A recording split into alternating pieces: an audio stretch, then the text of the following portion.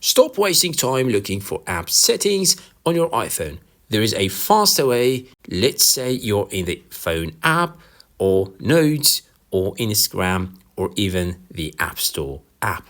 And suddenly you need to enable microphone, turn on camera access, allow location, change notifications, enable cellular data or fix permissions quickly.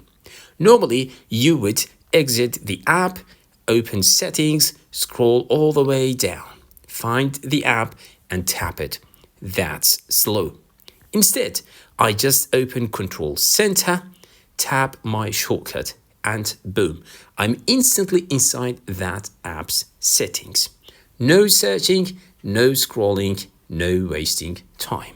This is super helpful when an app says microphone access needed, your camera is not working inside an app, location is not updating, notifications aren't showing, cellular data is disabled, or even you need to quickly turn off background app refresh.